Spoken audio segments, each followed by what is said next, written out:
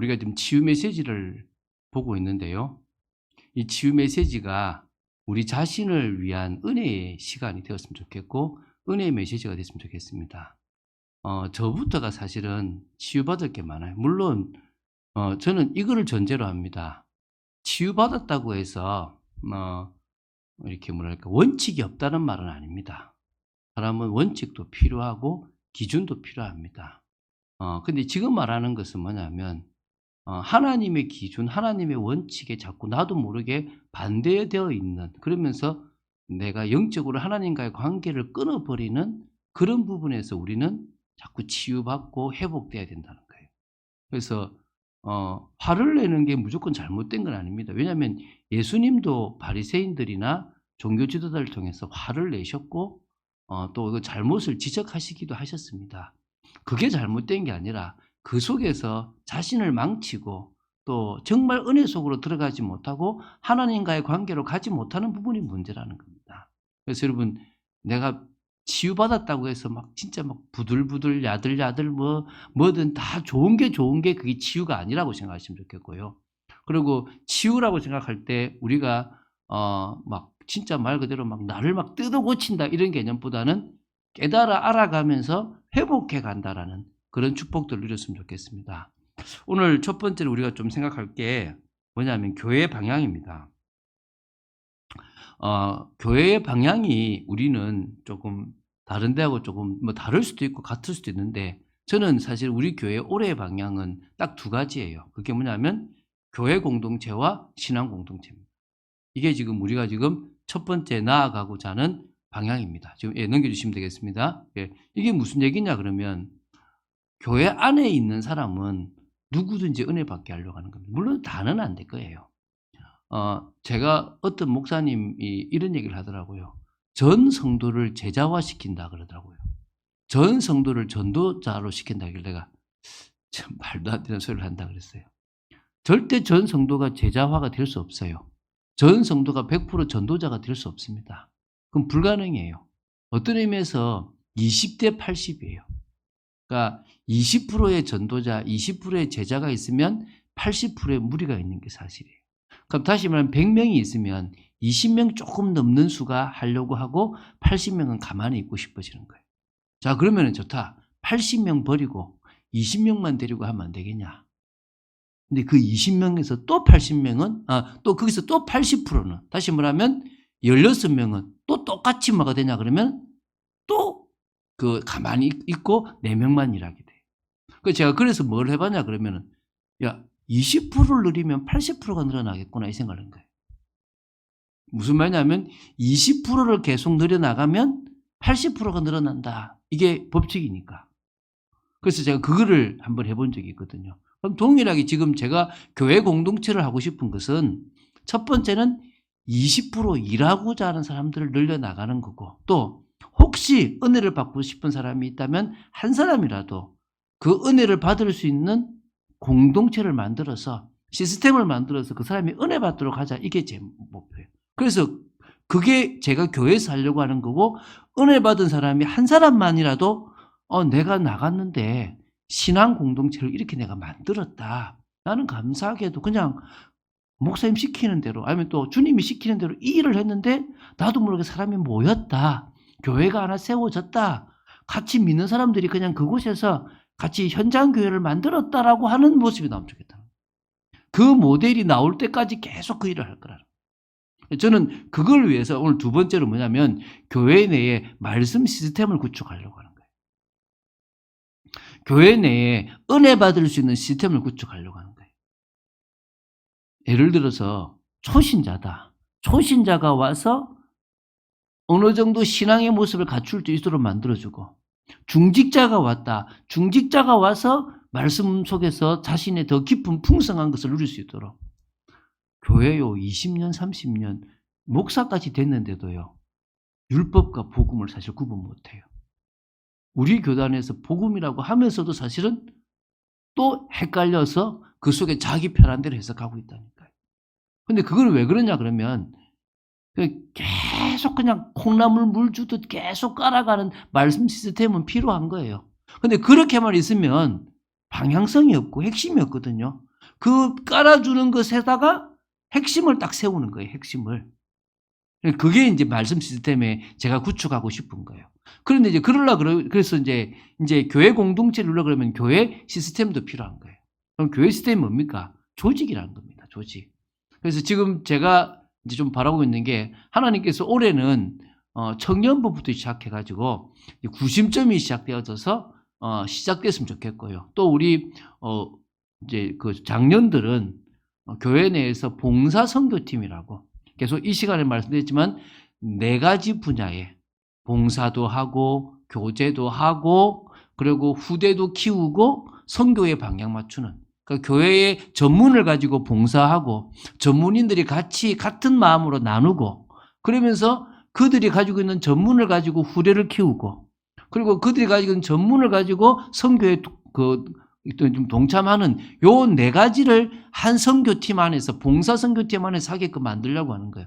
지금 그래도 우리가 잘 움직이고 있는 게 지금 기도 선교팀이에요. 여러분들은 뭐 모르겠지만 카톡방에서 기도 선교팀이 움직이고 있습니다. 한 4-5명의 사람들이 계속 저는 기도 선교팀을 위해서 기도하고 기도 선교팀은 저를 위해서 기도하고 교회를 위해서 기도하고 있습니다. 그것처럼 이제 뭐 여러 전문 정말 선교팀이 세워졌으면 좋겠다는 거죠. 자, 그러는 찰나에 우리가 지금 치유 메시지 나를 위한 은혜에서 지금 3주간 집중을 합니다. 3주간 집중의 방향은 한마디로 이번엔 치유라는 거예요.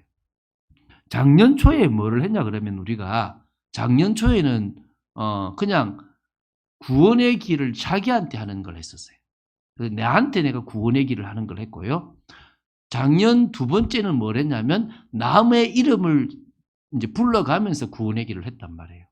그리고 작년 하반기 2번에는 청소년을 위한 이제 성경적 세계관을 형성하는 일들을 했다는 거예요. 이번에는 뭘 하느냐? 치유 메시지입니다. 이 치유 메시지를 그냥 읽어 나가는 거예요. 저는 사실은요, 조금 더 읽고 싶은데 이렇게 내레이션을 해서 마치 제가 이렇게 내레이션을 잘하는 누구처럼, 뭐 윤도현도 뭐 잘하잖아요. 이렇게 다 그처럼 좀 내레이션을 하고 싶은 마음이 있어요. 누구한테요? 나한테. 여러분도 그런 시간들을 좀 갔으면 좋겠습니다. 그래서 나를 위한 시간을 만드는데요. 1주차를 우리가 지났어요. 1주차가 지난주입니다.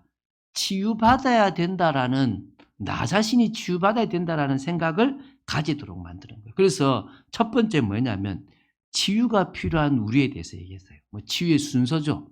영혼 치유, 마음 치유, 정신 치유, 육신 치유, 가정 치유, 생활 치유, 경제 치유, 사회, 정치 치유까지. 이 8개 분야의 치유에 대한 이야기를 우리는 이 분야 전체가 다 치유받아야 되는데 이게 다 병들어 있다는 거예요.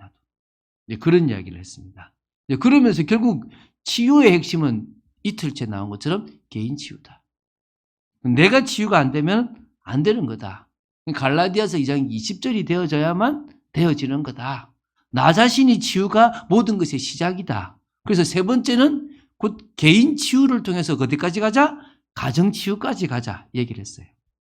그리고 이제 4번째, 5번째가 생각을 바꾸고 생각 치유를 하자. 이게 이제 핵심이에요. 한마디로 개인 치유에서는 내 생각이 중요하다. 뭐 알겠지만요.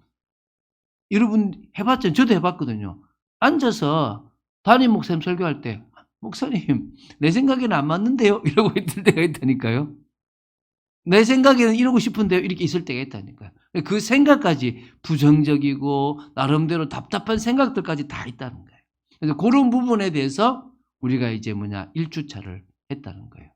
2주차 이제 이번 주에 할 게 뭐냐면 좀 이번 주는 앞에는 워밍업으로 치유에 대한 이야기를 했다면 이번 주 2주차에는 좀 사실적인 치유를 하자는 거예요. 자, 그래서 내일 첫 번째로 우리가 읽을 게 뭐냐면 온전한 치유라는 거예요. 온전한 치유. 온전한 치유가 뭐냐면 한마디로 우린 깊은 치유를 해야 되는 거예요. 그러니까 성령의 역사로 말미암아 깊은 치유가 좀 돼야 된다. 그 다음에 온전한 치유는 높은 치유다. 하나님과 나와의 관계에서 치유가 일어나야 된다. 온전한 치유는 넓은 치유다. 사람과의 관계에서 치유가 일어나야 된다. 목회자와의 관계, 성도와의 관계, 또 사람들과의 관계. 그래서 뭐요? 깊이 들어가자는 거예요, 치유가. 또 어떻게 해요? 높이 주님을 바라보면서 가자는 거예요. 넓게 가자는 거예요. 그게 이제 내일 우리가 읽을 거예요. 그래 그 말이 무엇인지를 좀 보자는 거예요. 그러면 사실은 지금 뭐가 있냐면 질병으로 고통받는 사람들이 꽤 많아요. 나도 질병이 있을 수 있고 우리 가족도 질병이 있을 수 있습니다. 그럼 그 질병 치유는 어떻게 할 것인가에 대한 거를 이런 거죠. 여러분이 보는 중에 생각나는 가족이나 친구가 있다면 전달해도 되는 거예요. 왜냐하면 제가 그림으로 올리잖아요. 그림을 보내주는 거예요. 내가 이걸 읽었는데 네 생각이 나더라 라고 보내줘도 되는 거예요. 근데 떠나서 내게 있는 질병까지도 놓고 기도하면 되는 거예요. 왜? 그 질병을 주신 하나님의 뜻이 있으니까 그 뜻을 발견하도록 만들어주는 거죠. 세 번째는요. 사람들이 일을 하는데 뭐가 있냐? 무능해요. 무능. 무능 때문에 안 되는 거예요. 무능, 무기력. 이게 되게 많거든요. 그래서 무능 치유인 거예요. 이게 삶에서 시급한 치유인 거죠. 그래서 주님은 이 무능 치유를 사도행전 1장 8절에는 오직이라고 말씀하셨어요. 오직, 성령. 그러면 뭡니까? 오직, 능력, 권능이 임한다. 그럼 오직 증인된다. 권능이 임해서 능력이 임하면 증인까지 가는 거야. 그럼 치유된 거다. 사람들은요, 무능한 부분들이 되게 많거든요. 그 부분에 대한 이야기를 사실적인 치유에서 다루고 있는 겁니다. 네 번째는요, 체질 치유예요, 체질. 각인뿌리 체질에서 체질이 있거든요. 지금 네 분 제가 만드는 거예요, 지금. 이제 있는 메시지를, 물론 제 메시지는 아니고요. 치유 메시지를 했던 분의 메시지를 정리했는데, 근본적인 체질 있잖아요, 창삼자. 그것부터 시작해서 하나님 없는 지식에 이 체질이 되어 있고요. 환경적으로 오는 체질이 있어요. 이 부분이 뭔지를 우리가 알고 체질적으로 우리가 바꾸지 않으면 안 되는 거예요. 그리고 이제 뭐냐? 생각보다 우울증이 많아요.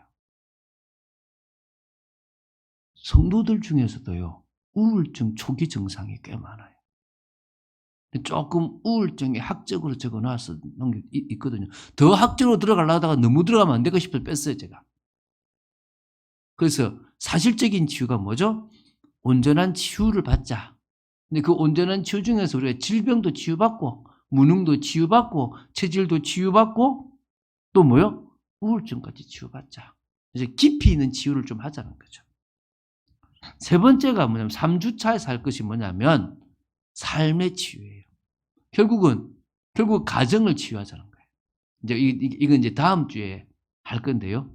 그리고 가정 치유란 말은 결국 뭡니까? 부부 치유라는 거예요. 제가 사역을 하면서 느낀 게 사람들이 뭐 좋은 옷 입고 뭐 화장하고 그냥 웃고 있으니까 몰랐는데요. 제가 들어가 보니까 정상적인 가정이 몇 가정 없어요. 이미 눈에 드러날 만큼 갈라져 있는 가정들이 많고 부부로 있는데 남 같은 가정들이 더 많고요. 이 정도인가 싶은 거예요. 저는 저희 아버지 어머니만 늘 싸우니까 우리 집만 그런 줄 알았는데 대부분 다 그래요. 이 부부. 그러면 쉽게 생각하면 나는 내 아내와 나는 내 남편과 어떤가? 정말 이 부분에 내가 넘어야 될 게 뭔가 이 치유죠. 그 다음에 세 번째 뭡니까? 부모와 자녀 간의 치유입니다. 잘 안 되잖아요. 제가 저기 성지순례 간다고 하고 우리 애들이 지금 난리가 났어요. 왜 난리가 났냐니까 지금 트르키에 지진이 일어났잖아요. "아빠 가면 안 돼. 취소해." 하고 난리가 난 거예요.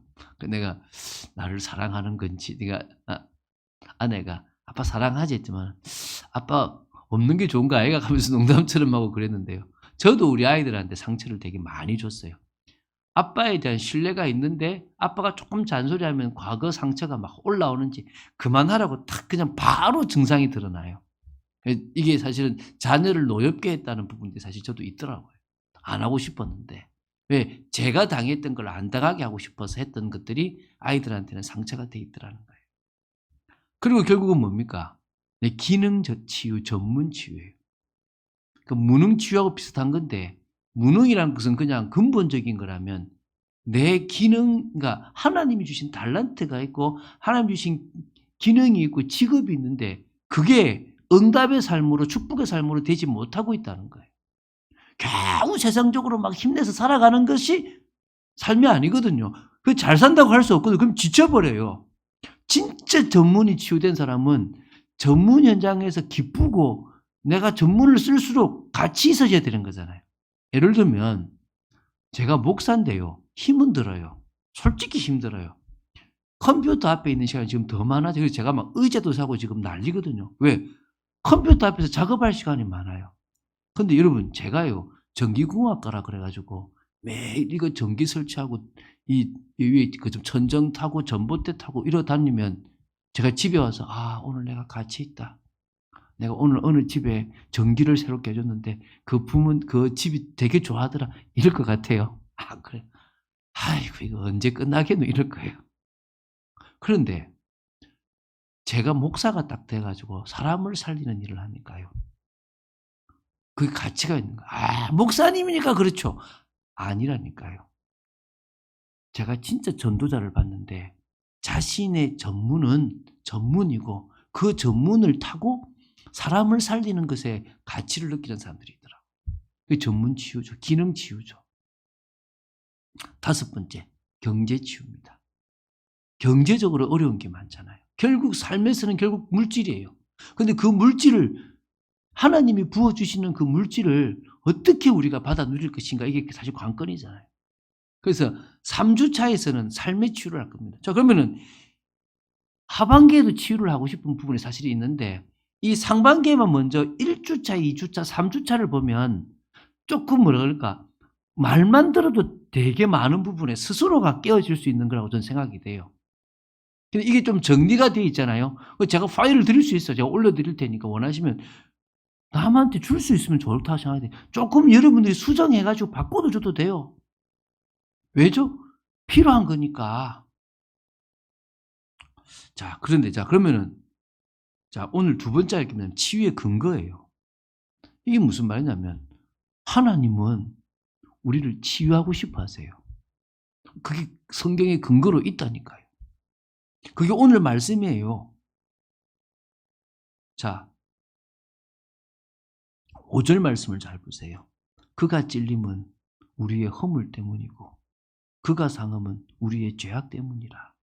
그가 징계를 받음으로 우리는 평화를 누리고 그가 채찍에 맞음으로 우리는 나음을 입었도다. 자, 그러면 일단은요. 앞에 허물과 죄가 나오죠. 허물은 자범죄를 말한다고 생각하시면 돼요. 죄악은 원죄를 말한다고 생각하면 돼요. 그러면 우리의 허물과 죄 때문에 우리는 평화를 못 누려요. 우리의 허물과 죄 때문에 우리는 뭐죠? 계속 병들어가고 계속 치여가는 거예요. 불안한 거예요. 자, 그러면 주님의 십자가가 먼저 근본을 없애버렸어요. 뭘 없앴죠? 원죄와 자범죄, 근본 문제를 해결했어요. 그리고 나서 뭐라는 거죠? 우리 속에 세상이 줄 수 없는 평안함을 주시기 원하시는 거예요. 그리고 뭡니까? 무너져버린 우리를 뭐 하는 겁니까? 회복하기 원하시는 거예요. 그럼 첫 번째, 주님의 찔리심. 이 찔리심은 뭐 때문이라고요? 허물 때문이다. 우리가 지었던 자범죄가 있잖아요. 그거를요, 주님이 뭐요? 십자가에서 찔리셔서 해결하셨어요. 그러면 나의 과거의 죄, 현재의 죄뿐만 아니라 미래의 죄까지 해결인 거예요. 자, 제가 예수를 믿었어요. 그럼 그 말은 나는 죄인입니다. 나는 정말 죽을 수밖에 없는 죄인인데 당신이 내 죄를 해결하시기 위해서 죽으셨기 때문에 나는 당신을 나의 구주, 나의 하나님으로 믿습니다라고 하는 거잖아요. 그러면 이게 연합이 일어나요. 무슨 말이냐면 나는 십자가만 바라봤는데 저 십자가에 내가 달리는 거예요. 이 연합이에요. 그래서 뭐냐면 예수님의 십자가에 내가 달리고 내가 죽고 내가 무덤에 묻히고 내가 모든 게 끝나는 거예요. 맞죠? 그죠? 그리고 이제 부활함으로 나도 부활할 거라는 거예요. 자, 그러면 이미 나는 죄가 없죠? 주님 앞에 죄가 없어요? 그런데 뭐죠? 또 죄를 지었어요. 그러면 다시 뭐 붙잡습니까? 십자가를 붙잡죠? 근데 이거는 뭡니까? 죄 짓고 하는 게 아니라 안 짓고 싶었는데 붙잡잖아요. 그럴 때 주님, 하나님 뭐라 하냐면 아이고 생전 죄를 안 짓는 태성이가 죄를 지었네 이런다니까요. 잘 생각해 보세요. 주님은 과거의 죄를 잊어버린대요. 그러면 내가 예수님의 십자가를 믿는 순간에 내 과거의 죄가 도말돼 버렸어요. 그럼 나는 죄가 있는 사람입니까? 없는 사람입니까? 없죠? 하나님 그걸 다 잊어버리신대요. 기억도 안 하신대요. 그래서 내가 오늘 죄를 지었어. 그럼 오늘 내가 주님 십자가를 붙잡아요. 그럼 뭐합니까? 생전 죄를 안 지은 태성이 오늘 죄를 지었네. 내가 오늘 예수 십자가의 피로 내가 너를 또 용서해 줄게.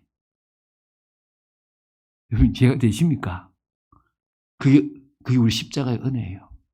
내가 앞으로 지을 죄까지도 나는 뭘 붙잡을 거라는 거예요? 계속 십자가를 붙잡을 거라는 거예요. 주님이 나 때문에 찔리셨다는 걸 붙잡는 거예요. 그게 우리가 죄 사함 받는 근거예요. 이거는 죄 짓고 나서 붙잡는데 그거는 아닌 거예요. 그건 잡음 고의로 짓는 거는요. 도피성에 못 들어가요. 좀 있으면 여러분 그 도피성 읽을 건데 도피성이 뭐냐 그러면 실수로 죄를 지은 사람이 들어가는 곳이에요. 그게 딱 예수님이에요. 내가 안 짓고 싶은데 죄 지은 사람이 해결 안 받는 거예요. 두 번째, 몸이 상하셨다는 거예요. 그래서 뭐 때문이라고요? 죄악 때문이라는 거예요. 그 몸이 우리 때문에 상해서 그냥 죽으신 거예요. 뭐 때문에요? 원죄를 해결하기 위해서 누군가는 죽어야 되니까 할렐루야. 그가 죽으셔야만 우리 죽음이 끝나는 거예요. 그 아담의 원죄를 해결하신 거예요. 우리는 근거예요, 근거. 내가 예수 믿는 이유는 저분의 죽으심이 곧 나의 죽음으로 그 대가를 치른 거다라고 믿는 거예요. 그리고 그가 징계를 받음으로 우리는 평화를 누려요. 안식이 없었잖아요. 수고하고 묵은 짐을 얼마나 집니까? 스트레스가 얼마나 장난 아닙니까? 여러분 정말 예수 십자가의 그 십자가라는 징계 엘리 엘리 라마 사박다니 그러잖아요. 나의 하나님 어찌하여 나를 버리셨나이까. 주님이 그 십자가에서 버림받으셨어요. 뭐 때문에요? 우리에게 평안함을 주시기 위해서, 우리에게 안식을 주시기 위해서, 우리에게 자유를 주시기 위해서, 우리에게 기쁨을 주시기 위해서 그분이 버림받으셨어요. 우리 죄를 지시고. 그가 채찍에 맞음으로 우리는 뭐요? 나음을 입었도다. 우리의 고통을 대신 지셨어요. 여러분 이 채찍이 어떤 채찍인 줄 알죠? 이게 이렇게 상아 같은 그게 있어요. 이렇게 있어서 사람을 탁 치면 이게 탁 박힌대 몸에 탁 박히고 그걸 탁 당겨내면 살점이 이 정도로 이렇게 찢겨져 나가는 거예요. 한 몇 번만 때리면 몸에 있는 이렇게 덤성덤성 이렇게 구멍이 나는 이렇게 그 채찍을 맞은 거예요. 그냥 우리가 말하는 그냥 채찍이 아니에요. 그 끔찍한 채찍이에요. 왜입니까? 우리의 아픔과 우리의 고통과 우리의 괴로움을 당신의 괴로움으로 대신 지. 그래서 히브리서에서요. 지금 성경에는 그런 단어가 없는데 개역 성경에는 체휼이라는 단어가 있어요. 그분이 우리의 고난을 체휼하셨어요. 겪으셨다는 거예요. 그래서 우리는 그분의 이름을 믿는 순간에 치유되는 거예요. 영적으로, 정신적으로, 마음적으로, 육신적으로, 삶적으로 모든 부분에서 치유를 받을 수 있다는 거예요. 자, 메시지를 정리하겠습니다. 치유의 역사는 결국 우리에게 은혜입니다. 여러분 이 치유의 역사가 바로 우리에게는 은혜고 축복인데요. 여러분 믿을 때 일어나는 치유입니다. 여러분 믿지 않으면 안 일어나요. 예수 그리스도의 사역을 믿으면 우리는 뭐가 일어납니까? 치유가 일어나는 거예요. 아까 예수님의 십자가. 그런데 우리가 어떤 상태입니까? 우리는 다 양 같아서 그릇 행하여 각기 제 길로 갔지만 여호와께서는 우리 무리의 죄악을 그에게 담당시키시고 그를 외면하셨고 그를 죽이신 거예요. 그 사실을 믿을 때만 치유가 일어나요. 예수님의 사역이 나를 구원하기 위한 사역이구나. 예수님의 사역이 나를 위한 처절한 사역이구나. 두 번째, 그리고 그 이름의 능력이에요. 멀었습니다. 아직 안 가고요. 1번 아직 하고 있습니다. 그 이름의 능력을 믿어야 돼요. 뭐요? 그 이름의 능력. 그래서요. 예수 이름을 부를 때 흑암이 떠나가는 거예요. 여러분, 우리가 주는 그리스도시요 살아계신 하나님의 아들이심을 고백하는 이유가 뭐 때문입니까? 그 이름의 능력 때문이에요. 여러분, 경험해 보세요. 전도자들이 왜 담대한 줄 아세요? 저도 사실은 귀신 들린 사람한테 갈 때 두려웠거든요. 그런데 두려워했던 제 자신이 부끄러운 거야. 왜죠? 저는 벌벌 떨고 있는 거야. 아무것도 안 했는데. 내가 금식하고 간 것도 아닌데. 그냥 예수 이름 하나 확신하고 갔는데 이미 다 꺾여 있더라는 거예요. 내가 그거 믿고 갔는데요. 이미요. 다 무너져 버리는 거예요. 자, 그러면 오늘 내가 그 이름 믿고 있다면 내게 역사는 흑암이 무너집니다. 할렐루야. 그 이름 믿고 가면 가정의 역사는 흑암이 무너집니다. 그 이름 믿고 가면 직장의 역사는 흑암이 무너지게 돼 있는 거예요. 두 번째, 이제 임마누엘을 누릴 때 일어나는 치유입니다. 이게 무슨 말입니까? 우리는 예수 그리스도의 사역을 통해서 하나님과 함께하는 비밀을 누리는 겁니다. 임마누엘은 원래 인간의 모습을 회복하는 거예요. 하나님과 함께하는 거니까. 믿습니까? 근데 그 정도가 아니라 그래서 공동체를 이루어서 하나님 나라를 이루는 거니까 은혜와 사랑을 계속 공급받는 거예요. 여러분, 임마누엘을 계속 누리면 치유 일어납니다. 한마디로요. 사랑만 계속 받아도 돼요. 여러분, 신앙생활 하는데 제가 볼 때요. 사랑받는 사람이 있고 아는 사람이 있어요. 그런 거 있잖아요. 옛날에 제가 고등학교 때, 대학생 때 보면 별이 빛나는 밤에 이거 참 많이 들었거든요. 그거 듣는 사람은요, 감성적으로 되게 그거 해요. 왜? 그때 막 음악도 많이 나오잖아요. 근데 제가 가만히 이렇게 사람들을 볼 때 이렇게 딱 신앙생활 하는데 이러고 있는 사람들 보면요, 찬양 안 들어요. 여유 없어요. 그냥 믿어야지 이러고 있는 거지 못 누리는 거예요. 한마디로 꼭 그거 같아요. 그 비유 있잖아요. 어느 할머니가 큰 짐을 들고 이렇게 이고 쭉 가는 거지. 그래 가지고 인제 버스 저기 시내버스 아저씨가 인제 퇴근길이라서 "할머니 타세요." 했더만 "아 버스비가 없어서." 안 타는 거지. "아 타세요. 공짜로 해 줄게요." "아유 괜찮아." 했더만 타라고 해 가지고 탔는데 한참 지나고 있는데 끙끙끙 소리 나길래 쳐다봤더니 어머니 이거 지금 짐 들고 있는 거야. 그래 가지고 "할머니 짐 내려놓으세요." 했더만은 "아 미안해서." 그러고 있다니까요. 뻔뻔한 게 맞다 이 말은 아니에요. 너무 뻔뻔한 사람들도 많아요. "아 주님 이것도 내놓으세요. 날 구원해 놨으면 보따리 내놔야죠." 이것도 문제라. 그런데 뭐예요? 신앙생활 이러고 있는 사람도 문제인 거예요. 누려야 돼요. 누려야 돼. 하나님 주신 은혜들을. 그게 은혜와 사랑 그거 계속 차면요 어느 날 없어져요. 제가 어르신을 모시고요. 몇 년간을 신방만 다니니까 식탐이 사라졌어요. 그전에는 못 먹어 가지고 음식만 보면 막 허겁지겁 먹는 게 있는데요. 그다음부터는요. 집에 막 고기 구워 주면 "아빠도 먹어." 그러면 안 먹어요. 왜? 먹을 만큼 먹었는데 먹을 만큼 먹으면 안 먹어요. 채울 만큼 채우면 안 채운다니까요. 여러분 임마누엘이 일어나면 진짜 은혜와 사랑이 충만해지면 달라집니다. 세 번째입니다. 말씀 속으로 들어갈 때 일어납니다. 왜 자꾸 성경 66권을 보라고 얘기합니까? 그냥요. 몇 가지 성경 구절 가지고 될 게 아니라니까요. 예. 몇 가지 성경 구절만 가지고도 치유 일어나요. 근데 그거는요. 진짜 치유 안 돼요. 어떻게 돼야 됩니까? 성경 66권이 어느 날 확 다가와야 돼요. '아 이거구나.'라고 다가와야 돼요.